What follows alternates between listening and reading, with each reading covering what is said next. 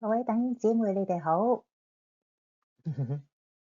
好開心咧，可以喺呢度同大家分享咧，我最近呢幾個月咧個狀況。咁咧，我真係好感恩咧，喺呢一度咧，好想話俾你哋聽咧，呢幾個月我見證到咧神奇妙嘅作為啦，同埋想同大家分享咧，其實我呢幾個月裏面咧都有挑戰嘅狀況。上次視頻咧都曾經提及過咧，會去金澤嗰度做染髮訓練啦。我哋原定咧就係2月6號嗰日咧喺金澤嗰度舉行呢個訓練，而我咧就係5號咧嗰日咧就會到金澤。咁咧，誰知道咧喺2月初咧係有一個60年以來最強寒波咧吹襲日本，仲預告咧金澤咧喺5號、6號咧係最大雪同埋天氣最差嘅。同埋唔知大家知唔知咧，喺金澤嗰邊咧個新幹線咧係最容易停駛嘅，因為咧佢近海啦，同埋風又好大啦，所以咧我就一度咧好擔心，一路咧向神祈禱，唔好停啊，我可以去到咁。咁5號朝早咧好感恩，知道咧冇停駛，亦都冇延遲，呢個咧係第一個神蹟，感謝神。我咧唔知點解成日都睇錯咗新幹線出發嘅時間㗎，我今次又睇錯咗啦。我其實喺5號嗰日咧，我好早起咗身，我就預計咧就係9點零鐘咧就係坐車去呢一個仙台火車站再轉新幹線。我以為間班新幹線係9點51分，點知我喺9點鐘到再睇呢一個時間嘅時候，原來係9點41分嘅新幹線。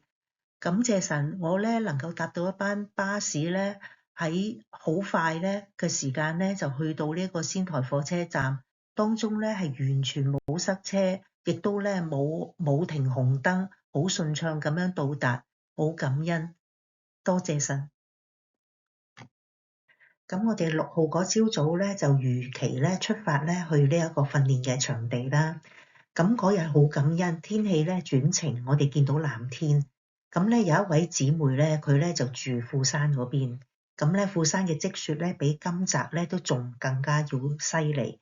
咁喺前一日咧，即係5號咧，佢嗰邊個火車咧已經停駛咗。咁感恩咧6號朝早咧係恢復行駛喎。咁但係咧，只係咧不停喺度廣播咧，就話會延誤。咁咧，嗰個姊妹好憂心啦，覺得可能唔能夠嚟到啦。咁我哋後來咧就一路一齊祈禱啦。祈完禱之後咧，火車好快就嚟，佢亦都好順利咧就到達到。咁而另一位咧，佢一早已經話咧，佢朝頭早有工作唔能夠嚟，只有可以參加半日。咁我就鼓勵佢祈禱啦，求神咧俾佢開路，俾佢參加全日嘅訓練。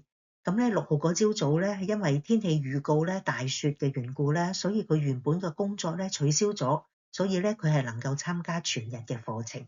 感謝神。咁咧另一個咧就係原本咧我哋參加者只有3個人嘅啫，咁咧佢嗰日4號嗰日咧先話我知會有多一個，咁啱啱好咧原來咧訓練嗰邊咧佢帶嘅材料咧啱啱預多一份，咁咧所以咧材料足夠，感謝神。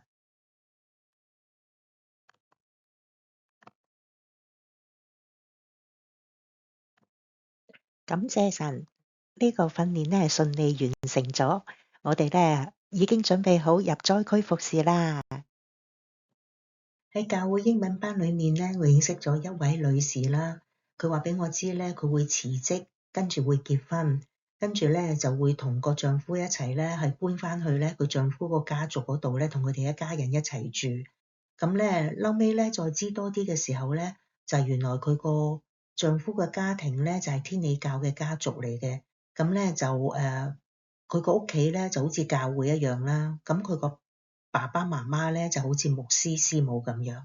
咁佢哋嘅計劃咧就係搬翻去之後咧就再去奈良咧就參加天理教嗰度有3個月嘅訓練。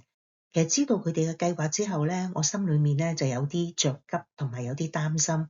咁於是咧，我就連同牧師夫婦同埋教會一對資深嘅夫婦咧，邀請佢哋咧嚟到教會裏面咧有個小型嘅慶祝會，去祝福佢哋，為佢哋祈禱咁樣。好感恩啦！嗰日佢哋有出席。咁喺慶祝會裏面咧，我哋團隊咧就好似如同一人咁啊，各人咧按住聖靈嘅感動咧，同佢哋分享。後嚟咧，我感覺到咧聖靈好催逼啦，於是咧我眼中咧大有淚光咁樣咧，同佢哋講耶穌好愛你哋。咁咧，於是咧聖靈又感動我咧，係講咗一段嘅説話啦。咁然之後咧就係問佢你想唔想得到耶穌嘅祝福啊？咁於是咧呢對夫婦咧兩個咧都同樣點頭咧話願意。咁最後咧師母咧係帶領佢哋咧做咗個決志祈禱。超感謝神。咁後來咧，我再問翻呢位女士啦，佢個感受，咁佢話俾我聽，佢嚟之前其實好多憂心同埋好有壓力，但係而家咧信咗耶穌之後咧，佢成個人鬆晒。哎呀，好感恩啊，多謝神。我經歷到神好多奇妙嘅作為，同埋咧亦都明白到神好信實同埋好勁，但係咧有時咧仍然咧係會遇見被拒絕、失望同埋有不安嘅情況。其實咧，我最近嘅心路歷程咧都有啲崎嶇不平，咁有被拒絕嘅情況啦。咁喺羽毛球班裏面咧，有位女士我都同佢傾得偈幾多嘅。咁我諗住咧就係如果唔能夠去打波嘅時候，可以預先通知佢。於是咧我就問佢攞個聯絡。咁但係原來我即時被拒絕咗。咁當時個感受咧就係好尷尬啦，被拒絕啦，同埋不被接納嘅感覺。咁另外教會裏面咧崇拜之後咧，有位姊妹同我傾偈，咁我哋一齊去食飯，一齊去浸溫泉。佢又講咗好多佢嘅嘢俾我知道。咁我以為咧可以繼續同佢做朋友，同埋同佢同行啦。但係自嗰次之後咧，佢就冇返嚟教會崇拜。咁另外咧就係等候簽證嘅同時咧，有收到經費奉獻不足嘅通知。我感受到咧可能唔能夠繼續喺日本侍奉呢一個危機，但好感恩神咧俾個簽證咧係批准咗出嚟啦，同埋我都知道咧有收到有一啲嘅奉獻可以緩和咧個情況冇咁嚴峻，但係咧我感受到咧奉獻不足咧帶嚟咧嗰個拉扯同埋攪擾，以至到咧我有幾晚咧都唔能夠瞓到覺。喺反思自己喺被拒絕同埋有失望嘅反應嘅時候咧，我覺得神引領我咧從另一個角度咧去睇呢啲事，例如咧對方嘅文化背景啊，佢哋過往嘅成長背景啊，又或者曾經受過傷害啊咁。所以咧，我喺度學習咧，從一個客觀嘅角度去分析，唔好接受呢啲事情咧係針對我而嚟嘅狀況。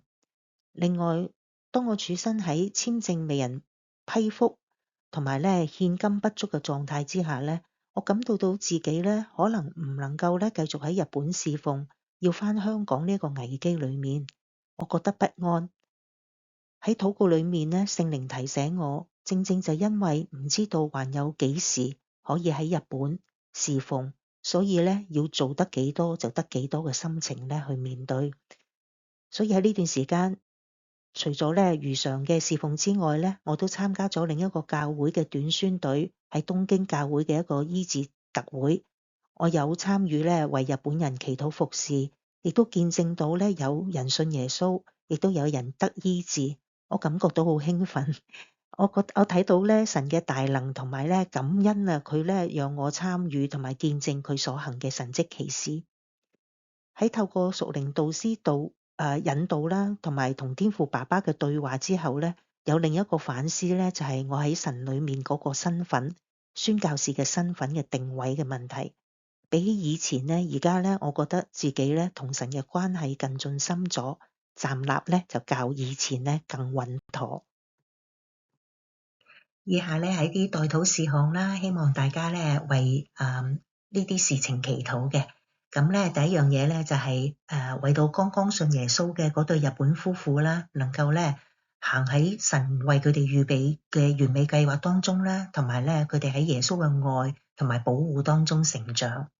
咁第二樣嘢咧就係求神為呢一個染髮呢一個服侍咧打開門啦，咁咧讓藉住呢一個服侍咧可以咧 reach out 咧去同更多日本人咧嚟到傳福音。咁第三樣咧就係我而家喺教會咧開始代禱服侍啊，咁咧求神為我預備同行者，可以一齊侍奉，一齊咧係外展傳福音。